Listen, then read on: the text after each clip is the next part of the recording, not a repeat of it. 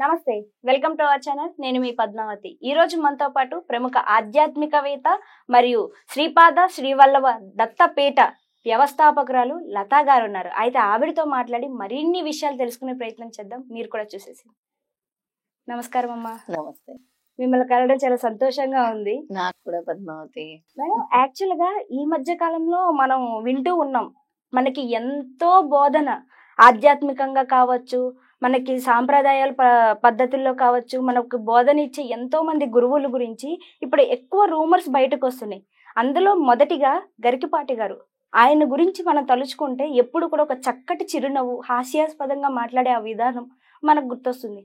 But అలాంటి ఒక గొప్ప మనిషికి ఇప్పుడు ఇలాంటివి ఎదురవ్వడం అనేది చూస్తుంటే కొంచెం బాధగా అనిపిస్తుంది. అసలు మీకు కూడా ఎంతో కొంత మీ జీవితంలో ఆయనతో అనుభవం కావచ్చు, మాట్లాడిన తీరు కావచ్చు, మీకు ఉంటుంది ఎక్స్పీరియన్స్. అసలు ఇలాంటి ఆయన మీద ఈ రూమర్స్ మీకేమనిపిస్తుంది? అసలు ఇలాంటి రూమర్స్ అనేవి చాలా సర్వసాధారణం అయిపోయి ఇప్పుడు ఎలాగంటే ప్రతి ఒక్కరు అంటే సెలబ్రిటీ అని అయిపోయిన తర్వాత వాళ్ళని ఏ విధంగా కిందకి లాగుదాము అనేది ఎక్కువ తయారయ్యారనమాట. అలాగా కొన్ని యూట్యూబ్ ఛానల్స్ తయారయ్యాయి, అలా కొంతమంది వ్యక్తులు కూడా తయారయ్యారు. ఇప్పుడు నేను అనేది ఏంటంటే అమ్మా, ఒకరి పర్సనల్ జీవితాలు మనకెందుకు, పర్సనల్ గా లైఫ్ లోకి ఎందుకు వెళ్ళాలి?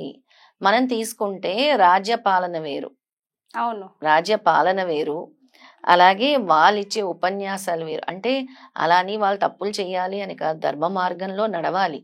నేను చెప్పేది ఏంటంటే, ఒకప్పుడు మనము రాజ్య పరిపాలన చూసుకుంటే రాజుల పరంపరలో వాళ్ళకి 2-3 భార్యలున్నా ఆయన రాజ్యాన్ని సక్రమంగా పరిపాలించేవాడు, ఎవరికి అన్యాయం చేసేవాడు కాదు.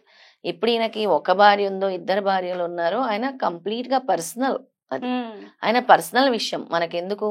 ఎక్కడైనా సరే అంటే ఆయన జీవితంలో ఎలాంటి సంఘటనలు ఆయనకు ఎదురయ్యాయో, మరి ఆయన ఏ విధంగా ఇలా చేసుకోవాల్సి వచ్చిందో ఆ విషయం అనేది కంప్లీట్ పర్సనల్, ఆయనకు సంబంధించిన విషయం.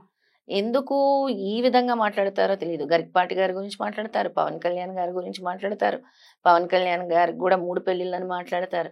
కానీ అదే పవన్ కళ్యాణ్ ని ఎన్నో మాటలు అన్న వాళ్ళు, అదే పవన్ కళ్యాణ్ మరి ఈ రోజు సీఎం, డిప్యూటీ సీఎం అయ్యారా లేదా? ఆయన మరి సనాతన ధర్మం గురించి పోరాడుతున్నారా లేదా?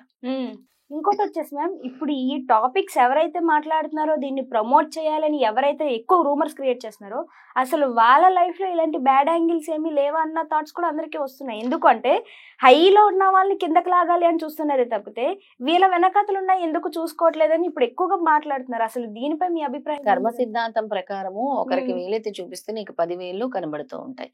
దీనికి ఒక చిన్న కథ ఉంది, అంటే పెద్ద కథ కాదు, అందరికీ తెలిసే ఉండొచ్చు, తెలియక అంటే చాలా మంది తెలియకుండా కూడా ఉండొచ్చు. ఈ కథ 2 ఇళ్ళు ఉంటాయి, ఎదురెదురిల్లు.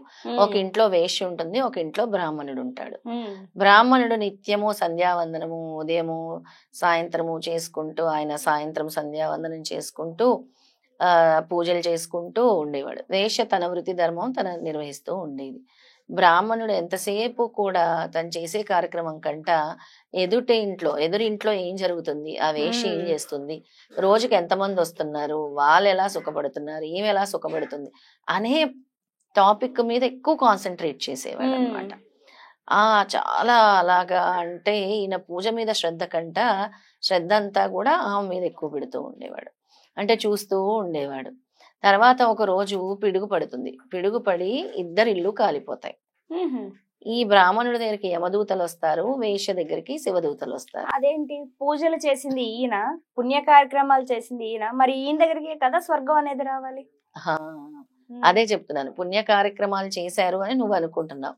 ఆయన పుణ్యం ఎలా పోయింది అని అంటే, ఆయన చేసే భక్తి శ్రద్ధల కంట ఎదురింట్లో జరుగుతున్న దాన్ని, ఆవిడ యొక్క కర్మని ఈయన తీసుకుంటున్నాడు. అంటే ఎంతసేపు కూడా ఆ ధ్యాస, ఈమె ఎవరితో పడుకుంటుంది, అది ఇక్కడ దరిద్రం, అది ఇక్కడ ఇలా చేస్తోంది అని ఆవిడ్ని దూషిస్తూ, లేదా ఎవరు వస్తున్నారు, నేను ఇలా చేయలేకపోతున్నాను అనే ఆలోచన కూడా ఆయన లోపంలో భావం కూడా ఉండి ఆవిడ యొక్క కర్మని ఈయన తీసుకున్నాడు. పుణ్య కార్యక్రమం ఎక్కడుంది? దేవుడి మీద భక్తి కంట ఆవిడ ఏం చేస్తుందన్న ఆలోచన మీదకి ఎక్కువ దృష్టి వెళ్ళిపోయింది. అందుకే మన కర్మ సిద్ధాంతం చెప్తుంది, ఎదుటి వాళ్ళ కర్మలు మనం తీసుకుంటాము. ఏ విధంగా తీసుకుంటాము? వాళ్ళు తిట్టడం వల్ల, దూషించడం వల్ల, వాళ్ళు చేస్తున్నది రాంగ్ అని నువ్వు చూపించడం వల్ల, ఇవన్నీ కూడా నీకు తరిగే కర్మలు అనమాట. నీకు తిరిగి తగిలే కర్మలు అనమాట. కర్మ యొక్క సిద్ధాంతం అది. ఆ విధంగా ఆయన చూసి ఆయన అడుగుతాడు యమదూతను, ఏమిటి నువ్వు అడిగినట్టు ఇప్పుడు నన్ను అడిగావు కదమ్మా, ఎందుకు ఆయన మరి పుణ్య కార్యక్రమాలు చేశారు, ఆయన దగ్గర కదా శివదూతలు రావాలి, యమదూతలు ఎందుకు వచ్చారు అని యమదూతలను అడుగుతాడు. అప్పుడు నీకు భక్తి లేదురా, ఎంతసేపు ఆమె ఏం చేస్తుంది, ఆమెను ఎలా కించపరచాలి అని ఆలోచించావు. నీ భక్తి శ్రద్ధ అన్నీ కూడా పోయాయి, నువ్వు చేసిన పుణ్యము నువ్వు చేసిన పూజలు కూడా పోయాయి. మాకు యమ ఆజ్ఞ నిన్ను లాక్కు రమ్మని, నువ్వు శిక్షించమని. ఆవిడ యొక్క మరి ఆవిడకి ఏంటి అని అడుగుతాడు. ఆవిడ తన వృత్తి ధర్మం చేసింది, ఎవరిని అన్యాయం చేయలేదు, మోసం చేయలేదు, నువ్వేం చేస్తున్నావో చూడలేదు, ఎవరిని దూషించలేదు. తన వృత్తి ధర్మం తను చేసింది. ఎవరైనా వస్తే తన వృత్తి తను నిర్వహించింది, తను ఎవరిని బలవంతం చేయలేదు అక్కడ అని. ఆ విధంగా ఇది ఒక కథ మనకి, మన శాస్త్రం చెప్తున్న కథ. అలాగా ఎదుటి వాళ్ళ యొక్క కర్మలు తీసుకుంటానికే చాలా మంది తయారయ్యారు. ఇప్పుడు వీళ్ళందరూ ఏం చేస్తున్నారు అనే దానికంట వాళ్ళ నుంచి మనం ఏం నేర్చుకున్నాం, ప్రతి ఒక్కరిలో ఒక పాజిటివ్ నెగిటివ్ ఉంటుంది. అందరూ పాజిటివ్ అయిపోతే దేవతలు అయిపోతారు కదా, మనుషులు ఎందుకు అవుతారు? మనుషుల యొక్క కర్మను అనుభవించాలి కదా. అన్ని పర్ఫెక్ట్ గా ఉంటే ఇంకా అంతకు మించి దేవతలనే అనాలి. మనుషులుగా ఎందుకు జన్మిస్తారు? జన్మించిన వాళ్ళందరూ మనుషులుగా జన్మించారు కాబట్టి వాళ్ళ పాపకర్మలు ఉంటాయి, వాళ్ళు అనుభవించాల్సినవి ఉంటాయి, వాళ్ళ జీవితంలో గ్రహ ప్రభావాలు ఉంటాయి, వాళ్ళు చేసుకునే పెళ్లిళ్ళు అవ్వచ్చు, వాళ్ళు ఎన్నుకున్న మార్గాలు అవ్వచ్చు, అవన్నీ కూడా అదంతా కూడా భగవంతుడు నిర్ణయించిన దాని ప్రకారం జరుగుతాయి. ఇప్పుడు దాన్ని ఏలెత్తి చూపించేసి, సరే నువ్వు ఇన్ని ఉపన్యాసాలు ఇస్తున్నావు కదా, ఇన్ని చేసావు కదా, ఇప్పుడు నువ్వు ఈ పెళ్లి చేసుకోవడం రాంగ్ అని చెప్పడానికి మనం ఎవరమే? గతంలో జరిగిన సంఘటనలు ఎందుకు తవ్వాలి? పాస్ట్ లో జరిగిన సంఘటనలు ఎందుకు తవ్వాలి? ఇప్పుడు కాదు కదా ఏం తీసుకుని, గతంలో జరిగినది మళ్ళీ ఎందుకు తీసుకురావాలి అని నేను అంటాను అనమాట. నేను అనేది ఏంటంటే అందరికి కూడా ఒక్కటే చెప్తాను, మనము ఒకరి పర్సనల్ జీవితాల్లో తొంగి చూడొద్దు. వాళ్ళేంటి, వాళ్ళ దగ్గర నుంచి ఏం తీసుకోవాలో అది తీసుకుని, నచ్చకపోతే ఊరుకో. నువ్వు అది తీసుకోవాలని కూడా లేదు. నీకు ఆయన ఉపన్యాసాలు నచ్చలేదు, ఆయన ఎటకారంగా మాట్లాడుతున్నారు అనుకుంటున్నావు, ఆయన తప్పు చేశారు అనుకుంటున్నావు, అవాయిడ్ చేయి అంతే. దాని గురించి మాట్లాడొద్దు, దాని గురించి ఏదైతే చూపించొద్దు, దాన్ని హైలైట్ చెయ్యొద్దు, అసలు మాట్లాడాల్సిన అవసరం లేదని అంటాను. ఆ యొక్క కర్మ మీరందరూ స్వీకరిస్తున్నారు అని తెలియజేస్తాను. నిజంగా మేడం మీరు చెప్పింది కరెక్టే. మేము కూడా గతంలోని ఆయన గురించి మాట్లాడాం. యాక్చువల్ గా గరికిపాటి గారి గురించి మేము ఎందుకని తప్పుడు ప్రచారాలు చేస్తున్నారు అంటూ మాట్లాడింది కూడా తప్పుగా పోర్ట్రేట్ చేసుకుని అర్థం చేసుకుంటున్నారు.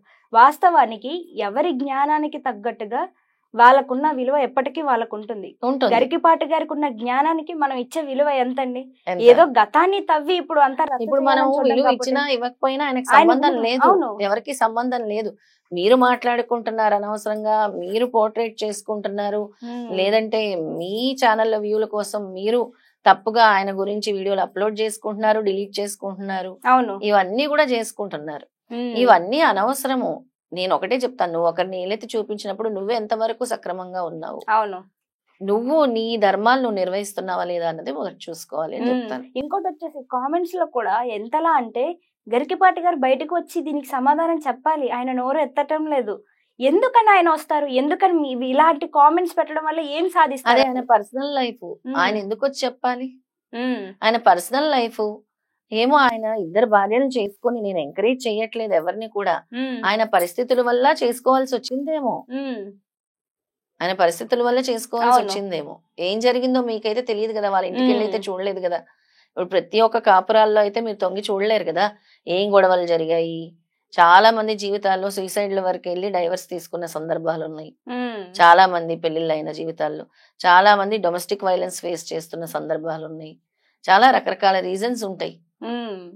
మనం ఎలాగా దీన్ని హైలైట్ చేసి వచ్చి సమాధానాలు చెప్పాలని, నీకేం రైట్ ఉంది ఒకరి పర్సనల్ జీవితం గురించి?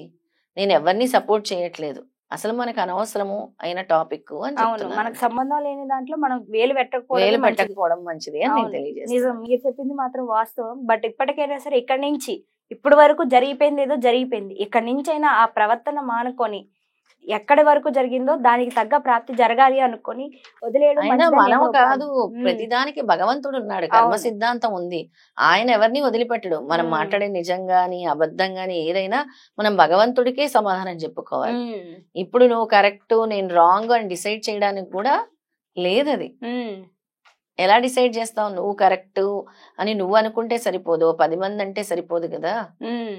నువ్వు కరెక్ట్ నువ్వు రాంగ్ అని కూడా మనం ఎవరిని డిసైడ్ చేయలేము. అలాంటి అవును. కలియుగంలో అలాంటి కలి ప్రభావంలో మనందరం కూడా బ్రతుకుతున్నాం. నిజమే, మీరు చెప్పింది వాస్తవం. నిజానికి దానికి ఖచ్చితంగా అందరూ అగ్రి అవ్వాల్సింది, తల వంచుకొని ఎవరు కూడా నేను దీనికి కాను అంటలేదు. అందరము కూడాను జీవితంలో ఎప్పుడొకప్పుడు ఏదో ఒక తప్పు చేసే ఉంటాం, ఆ, కాకపోతే ఎవరో తప్పు చేశారు అని దొరకగానే వాళ్ళు వేలెత్తి చూపించాలి అని ప్రయత్నిస్తాం. అది 100% పర్ఫెక్ట్ అయితే ఏ మానవుడు ఉండడు ఉండరు. తన జీవితంలో. ఉమ్. 100% పర్ఫెక్ట్ అని ఏ మానవుడైనా చెప్తే ఉమ్. రాసిస్తే ఓకే నేను శ్రీరామచంద్రుణ్ణి ఉమ్. అని రాసిచ్చినా కూడా వాడి కర్మ మీదే జీవితం ఆధారపడి ఉంటుంది ఎవరైనా కూడా. అవును. ఎందుకంటే మనం భగవంతుడు కాదు, మనం మానవులం. ఉమ్. అది నేను ఒకటే చెప్తున్నాను, అందరూ కూడా ఇది తప్పు ఇది రైట్ అని చెప్పడానికి ఎవరికి అధికారం లేదు. ఎవరి పర్సనల్ జీవితాల్లోకి మనకు తొంగి చూడటానికి లేదు. ఉమ్. ఆయన చెప్పిన ఉపన్యాసాలు మీరు స్వీకరించారు, ఇన్ని రోజులు ఆయన ఫాలో అయ్యారు, ఇప్పుడు ఆయన మీకు నచ్చట్లేదు అని అంటే సింపుల్ గా అవాయిడ్ అవాయిడ్ చేసి చేస్తే అయిపోతుంది. దాన్ని ఎందుకు మీరు ఇంత పెద్ద సీన్ మ్మ్. క్రియేట్ చేసుకొని దీన్ని మళ్ళీ కమెంట్స్ రూపంలో నిందించి ఆయన యొక్క కర్మని మీరు స్వీకరిస్తున్నట్టే. నిజం మ్యామ్.